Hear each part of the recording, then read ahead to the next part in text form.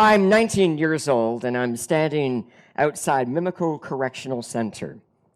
I'm about to go to jail. No, not like that. Let me explain. No, I'm a visitor, not a resident. See, I'm in my first year of college and taking the social service worker program at Centennial. And as part of this, we get to do a class field trip, and a lot of our prospective future clients are going to be people that have gone through the criminal justice system.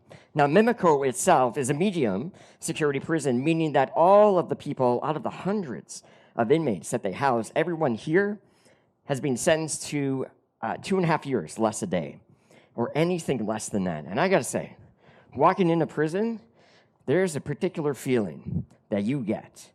And you become very aware of your surroundings.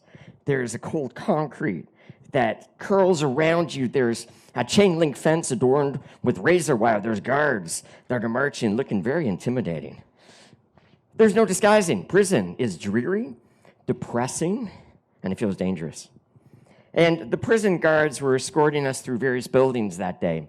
And we went into one building. We stepped into what's called a range.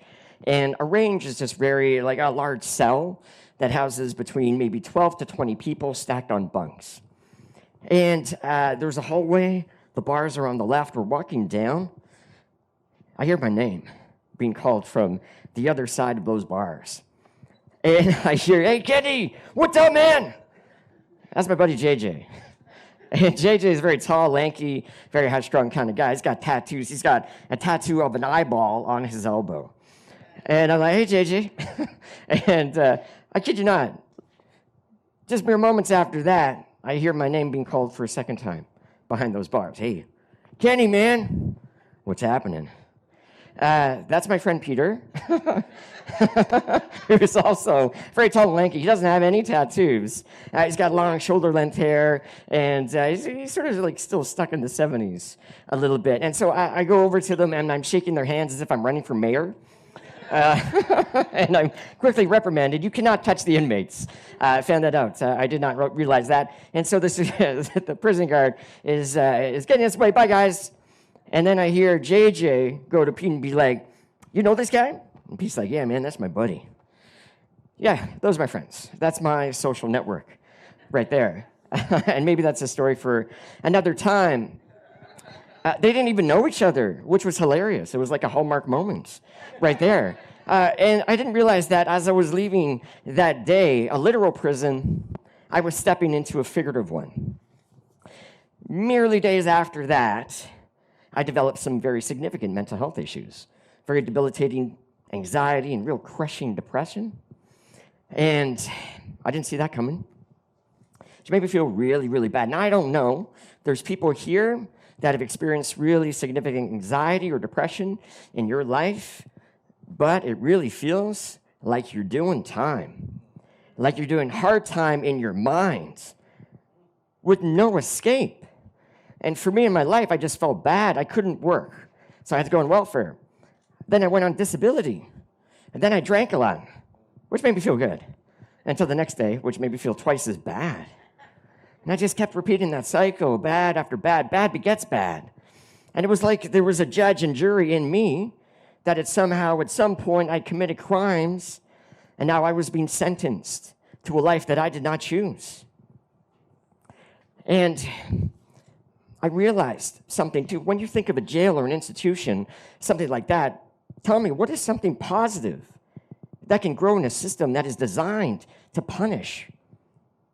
And I realized that it took me a while to check this out, to realize that if you plant negative, you get negative, and vice versa.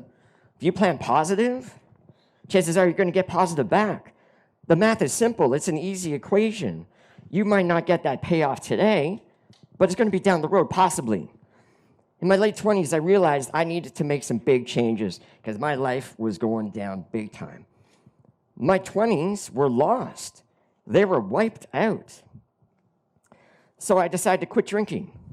And within that, even just the fact that if you just stop planting negative seeds, just stopping alone, then you allow a space to grow. And if you think about all of the stock and surplus of all the negativity that you have absorbed in your entire life, that begins to dwindle. That begins to go down. And that sentence that I felt that I'd been living was starting to get shorter and shorter and shorter. Until I realized, if you plant positive seeds, things can change. And so I started planting some positive seeds. I started volunteering at a youth shelter. I did that for a year, positive seeds. I started working part-time, planting some seeds, positive. Started taking creative writing night school classes. Started doing comedy and improv classes. My comedy partner and best friend, Isaac, is here. He won an award earlier. Congratulations, buddy. Positive seeds. Hannah, my friend, is here. Amazing. People watching at home, amazing. Positive seeds until that time gets reduced. So I stand before you here today. I've done my time. I have served my sentence and then some. And I know with certainty that it was not far off the mark, that I could have been behind those bars with JJ and Pete easily. Or worse yet, I may not have made it out of my 20s. And so I think of the great words of Andy Dufresne, one of my favorite movies of all time, The Shawshank Redemption. And I'm going to get busy living. And my question that I want to leave with you today is, what have you planted today that's going to change your tomorrow? And if it isn't something positive, get busy planting. Thank you.